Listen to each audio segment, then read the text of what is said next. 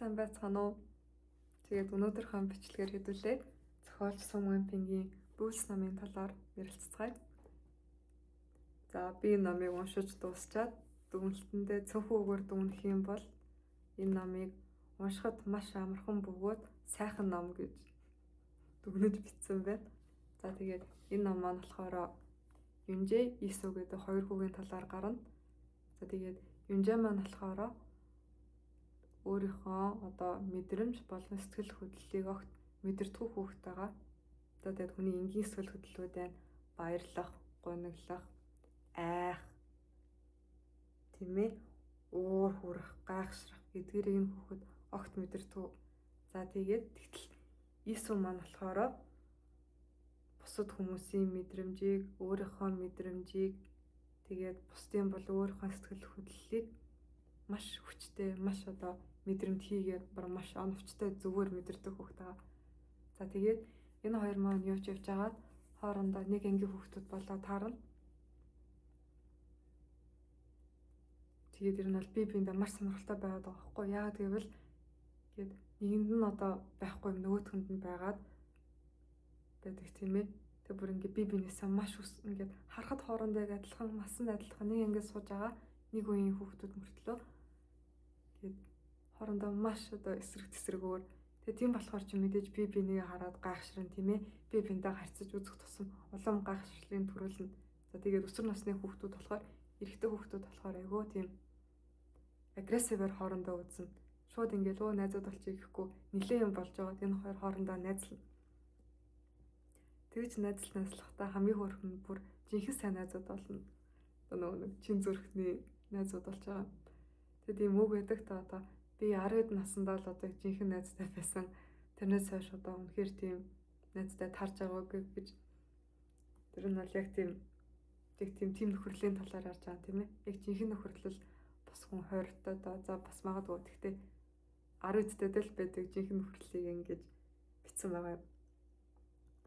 За тэгтээ энэ хоёр хүү бас ингэж хит өөр байгаад байгаа мөртлөө хоорондоо юм таарамжтай байгаад байгаа. Надад ягаад ч нүуний ин ян арга билгийг ингэж санагдуулсан. За тэгээд энэ ном маань ингээд за би эхлэндээ хэлсэн дээ хоёр нь бол уншихад маш амархан гэд. Тэгээд удаан ном уншаагүй ч юм уу эсвэл амархан уйдаад байдаг хүмүүс ч гэсэн би номыг санал болгоно. Тэгээд reading slump гэж яддаг шүү дээ. Reading slump гэдэг ерөөсөө огт ингэж уншаагүй хэдэн сар хэдэн жил болчихсон бол энэ номоор бас эхлүүлээд үзээрэй гэж би бол зөвлөхөөр байна. За тэгээд энэ номыг уншихад ер нь бол хит хитэн зохиолч маань өөрөө бас тийм социологч тэгээд философийн чиглэлээр ер нь бол бакалавр тийм ээ хийсэн, магистраа хийсэн хүн байх. Ер нь бол тийм мэргэжилтэй. Тэгэхээр номынхан голоор ч гэсэн ер нь бол асуултуудыг асуугаад байгаа. За энэ хоёрт нь нэг нь хүнийг маш сайн ойлгоод байгаа, нэг нь огт хүнийг ойлгож мэдэхгүй байгаа шүү дээ. Яг тэгвэл тэр хүнд яаж санагч байгааг огт мэдэхгүй байгаад байгаа. Тим юм бол яг хүнийг ойлгоно гэдэг эмпати гэж юу юм бэ гэдгийг бас асууж байгаа юм. За тэгээд сэтгэл хөдлөл нэг бодлын сэтгэл хөдлөл хүнийг хамгаалаад байгаа юм тийм ээ. Аюултай байдалд ороход хүн тэндээс айх, зүхтах гэдэг чинь хүнийг хамгаалаад байгаа механизм байна шүү дээ. Тэгэхээр сэтгэл хөдлөл хүнийг нэг бодлын хамгаалаад байгаа мөртлөө бас тэрийг удирдах чадахгүй ч юм уу эсвэл хит хүчтэй тэднийг мэдрээд эхлэх юм бол хүний хэрхэн аюултай байдалд оруулж байгаа гэдгийг тэгсэн харуулж байгаа. За тэгээд мөнхийн асуулт болоод байдаг nature versus nurture гэдэг. За үнэхээр хүнийг юу тодорхойлдог юм бэ тийм ээ? Хүнийг юу ямар ингээд хүн болохын хүүхдийг ямар хүн болж өсөж төрнөхын тэгээд үр дүнд нь ямар хүн болохын юу шийдээд байдаг юм бэ гэдгийг ч асуугаад байгаа юм. За үнэхээр хүн удмаа дагтгүй, генетикээ дагтгүй эсвэл хүний хүрээлэн байгаа орчин хүн тохиолдсон зүйлсүүд хүнийг ямар хүн болохын шийдэд байна уу гэдгийг ч гэсэн асууж байгаа. За тэгээд бусад тийм түгээмэл байдаг медиа тийм ном зохиолоотой харьцуулаад хэлэх юм бол надад Альберт Камюсын Итгэхэд хүнтэй нэлээд төстөө санагдсан. Энэ хоёр гол дүрүүд байгаа адилхан гэдэг юм бол хүн болгон чи нэг мэдрээ чи ийм байх ёстой шүү дээ гэж хэлээд байхад манай зохиолын гол хоёр хүн ерөөсөө мэдэхгүй байгаа шүү дээ. Тэр ерөөсөө мэдрэхгүй байгаад байгаа. Тэгээ тэрийг одоо бусад хүн мэдчих юм бол яа гайхшраад тийм ээ яагаад байгаа юм болоо гэж одоо нэг ойлгохын бол гадуурхаад шийтгэмэр чимшиг санагдаад байгаа. Тэрийг харуулж байгаа юм. За тэгээд өсвөр насны хүүгүүдийн одоо хооронд болж байгаа зүйлсүүд болохоор гэхдээ нэлээд тийм бас тийм ууртай, нэгээ зодсон одоо энэ хүчээр хиллийн юмнууд бас болоод байгаа байхгүй юу? Тэгээд одоо өөртөө танин мэдэх гэж хичээж байгаа тийм ээ. Тэгээд тийм өөрөөсөө одоо тийм хүчтэй хүмүүсийг хайж байгаа ч юм уу, өөрийгөө одоо тийм одоо сүрэг гэх юм олон хүний тунд хаана байгаагаа одоо мэдрэх гэж одоо өөрийнхөө эрэм зэргийг ч юм уу тодорхойлох гэж үзэж байгаа. Эдгээр нь бас нэг солонгосын цуврал байдаг шүү дээ. Big Hero Class гэдэг. Тэрнтэй бас яг адилхан. За тэгээд ер нь бол номын хавц маань одоо энэ хүүгүүд өөрсдөө яаж ер нь бол хардаг гэхэлэр нь бол тэг өөрсдөө яаж тодорхойлдгийг ингэж харуулсан юм шиг надад санагцсан. Тэгээ нэг сонирхолтой нь гэх юм бол өсгийн фондууд нь ийм дөрвөлжин ийм зайтай. Тэгээ надад одоо би бодохдоо одоо тийм солонгос өсгүүд эдэн штэ. Тэрний одоо загварыг бас жоохон оруулж өгсөн болов уу гэж бодсон. Зохиолч нь өөрөө солонгос хүн болохоор үгүй ч гэж магадгүй. Яг хөө миний там хэлсэн л юм. Энэ л та. За тэгээд ер нь бол би ингээд номнууд уншихаас өмнө нэг тэгэж интернетээр судалгаа хийгээд байдгүй. За яг хөө Goodreads дээр оноог нь харчаал тэгээд ер нь бол ерхэд орхичтiin. Яа гэвэл цаашаа уншаад ах юм бол өөртөө спойлер хийгээд одоо summary-г нь уншаад ингээд таймыг уншаад хүмүүсээс сэтгэлийг уншаад тэгээд үйл явдлын гэсэн уншаад явчихдаг. Би ер нь бол огт тэгэж юм хахгүй байж байгаад авч уншсан. Тэгээд тэгж уншсан болохоор би зохиолчийн ах эрэгтэй хүн байна гэж бодсон байхгүй юу? Яа гэвэл одоо ихэнхдээ л зохиолчид эрэгтэй хүмүүс байдаг штэ. Тэгээд эхний нэг 3-4 юм бүлгийг уншиж дуусчаад би за энийг бол яаж ч утсан эмэгтэй хүн бичсэн зохиол байна гэж мэдсэн. Тэгээд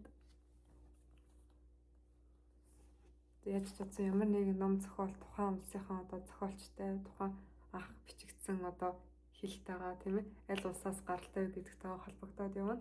Тэгээд солонгос одоо зохиолч бичсэн болохоор юм болоо одоо ер нь бол айгуу тийм завгүй амьдралын хөвшилтэй хүмүүс байсан ч гэсэн энэ номыг уншаад дуусгachиж болохоор тийм маш их хэмжээний анхаарал ч юм уу ерөөсөө шаардахгүй хичээлтэй их байгаад ажил ихтэй байсан ч гэсэн өөртөө 20 минут гарчих юм бол өөрийгөө за нэг толгой төрхөө жоохон амраагаад жоохон сонирхолтой юм уншаа гэдэг юм бол уншихад айгуу тохиромжтой.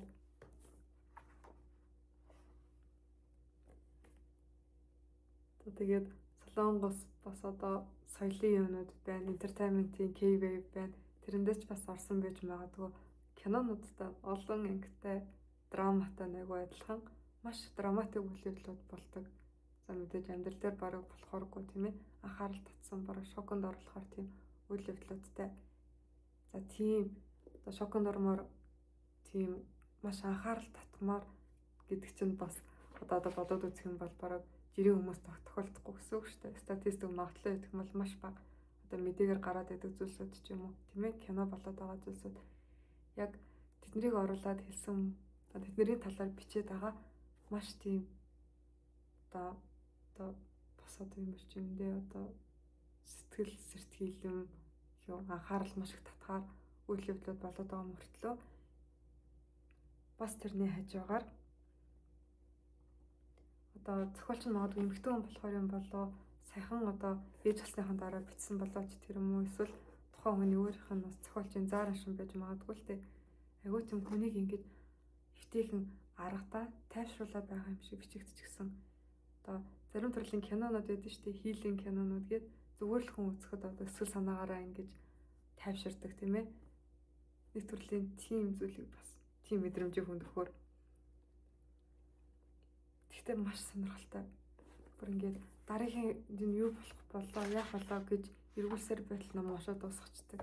Жихэн page turner ном гэж хэлж болохоор. За тэгээд амар драматик юмнууд байна. Тэрийг юм сонирхолтой бичиж чадчихээн. Тэгээд хүнд сайн мэдээлэл өгж ийн. Бас уншаад үзсэн хүн шинээр юм сурдаг байх нь, өөрөөсөө юмнууд асуудаг байх нь, асуултуудтай байх нь ийм олон зүйлийг ер нь бол нэг дор ингэж оруулж бичнэ гэдэг бол би бас энэ зохиолчны Сун Пэнг нэлийн ирээдүйтэй хүн байна даа гэж бодсон. Цаашаа ч гэсэн сайхан зохиолоод ер нь бол бичгээр ах. Тэгээд энэ дээр их тийм инээдтэй ч юм уу яг хоо тэр өсвөр насны хүүхдүүдэд өөрт нь бол инээдтэй биш л ах л та. Тэгээд дараа нь ингэж туулж гарсны дараа бодоход надад инээдтэй санагдаж байгаа юм гэх юм бол энэ хүүхдүүд өөрсдөө айгүй тийм муухай ч юм уу гэж бодоод идэг нь айгүй сонирхолтой гэх үү. Жоохон гонигтай ч юм уу. Одоо нэг тийм 15 6 та хүүхдүүд тийм ээ өөрийгөө нэг муухай юм шиг болохгүй өөрт нь байгаад байгаа юм шиг өөрийнх нь юмнууд одоо нэрэнж таалагдахгүй байх, нүрэнж таалагдахгүй байх, байгаа байдал нь ч юм уу таалагдахгүй өөрийгөө тэгж голоод байдаг ч юм уу. Тийм үйл явдлууд болдог та. Гэхдээ энэ нь бол ер нь бол юу юм л та. Хүүхдийн ер нь бол хэвийн өсөлт хөгжил яваад байгаа шүү дээ. Тэгээд одоо ингээд энэ хүүхдүүдийг би одоо ингээд уншаад үзэх юм бол айгүй хайр татмаар хүүхдүүд байгаа байхгүй юу? Бүр ингээд хайр татмаар цэвэрхэн, ариун, тунгалаг ер нь бол хүний одоо хүнд байж болох хамгийн сайн чанаруудын хүүхдүүдэд байгаа юм.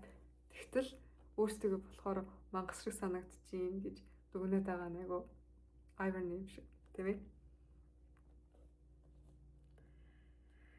За тэгээд энэ дэр бас нэг гол одоо асуугаад байгаа зүйл нь яг хүн болгон өөрөөр л ер нь бол дүгнэх байх л та. Гэхдээ надад болохоор за ингээд мэдээж хүүхэд гарлаа ингээд тэр хүүхэд одоо өсөж том болоод аав ээжийнхэн бодсноос ч юм уу аав ээжийнхэн хүлээлтээс тийм ээ найдлагаас одоо тийм юм болно доо гэж бодсноос нь шал өөр хүн болоод өсөж төрнөл яах вэ гэдэг асуулт байгаа юм.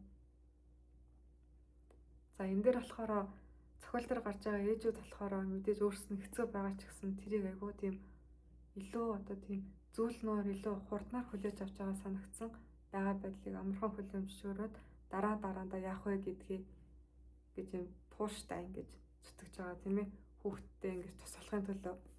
За тэгтлийн зохиол дээр гарч байгаа аав нар болон аавын фигурууд одоо энэ хүүхдийг одоо асран халамжилж байгаа аав нар болохоор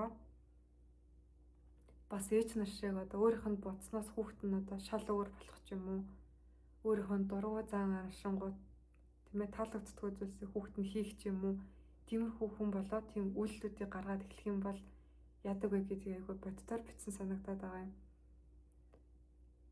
Яг ингээд мэдээж ээж нар шиг ийм амархан ингээд уулгамчаар ингээд хүлээж авч чадахгүй байгаа байхгүй юу. Гэхдээ эмэгтэй хүний хувьд ингээд уншихад ер нь бас арай л тийм ээ хэтрүүлээд арай ширээдүүлээд байгаад байгаа юм ер нь бол ойлгомжтой анзаараад байгаа. Гэхдээ тийм байсан ч гэсэн бас зохиол дээр гарч байгаа аав нар бууж өгөхгүй хүүхдүүдийн төлөө дахин хичээж байгаа гээд дахин хичээж байна гэдэг нь өөрөө нэг төрлийн хүч юм уу да тийм ээ. Одоо чимээгүй strength шүү дээ чинь. Тэгээд дахин хичээж байгаа нь бууж өгөхгүй байгаа нь одоо энэ номын одоо хамгийн одоо энгийн амьдрал дээр байдаг бодтой одоо сайхан бичигдсэн зүйлс юм уу да амьдралд байгаа сайхан зүйл нь гэх юм уу да. Тэгээд яг хүн болгол мэддэг энгийн юмнуудыг ярьж байгаа тийм ээ. Аав ээж хүүхдүүдэд хэрэгтэй, хүүхдүүдэд бас аав ээж нар хэрэгтэй. Салж хасгааргүй. Гэхдээ одоо бодсноос ч өөр хүн байж болно тийм ээ. Өөр хүн болж болно. Тэрний ч гэсэн одоо бэлтгэлтэй байх. Одоо тийм байж болно шүү гэдгийг одоо нэг тийм нэг санаад санджихад ер нь бол бас илүү төггүй юм шиг. За тэгээд ер нь бол уншигч болгон ер нь бол ямар насны хүн уншснаасаа болоод тэрэн дээр нь бол хамааруулж хэлэх баг. За тэгээд өсвөр насны хүүхдүүд унших юм бол мэдээж тэр хэсгүүд нь илүү сонирхолтой байна. Илүү relate хийгээд илүү ойлгомжтой байна. Эцэг эхнэр аав ээж нар уншсан ч гэсэн бас тэр хэсгүүд нь илүү ойлгомжтой тусаж өгнө. Би тэгтээ бас өсвөр насны хүүхэд ч биш, өсвөр насны хүүхэдтэй аав ээж ч бас биш болохоор яг хичээнүүдээр ер нь бол харж өнцгөөсөр нь бол харж уншиж байгаа. Тэгээд энэ номоо ингээд одоо уншигчдод ингээд тэр нь бол өөрөө цаашаа яах тийм одоо өөрөө төсөөлөх нөхөр юм одоо тийм нээлттэй төсөж байгаа байхгүй юу. Тэгээд ер нь бол нээлттэй төгсгөөд үлдээж байгаа юм. За тэгээд тэр талаас нь дүгнээд хэлэх юм бол энэ хөвгүүд ер нь бол сайхан өсөж таринж байна гэж хэлнэ. Тэгээд цаашаагаар ч гэсэн сайн сайхан зүйлсүүд хүлээж агаах яг тийм одоо хүнд итгэл найдвар өгөхөөр тийм сайхан мэдрэмж өгөөд дуусгахаар ном байлаа. За ингээд энэ бичлэгийг үзсэнд баярлалаа.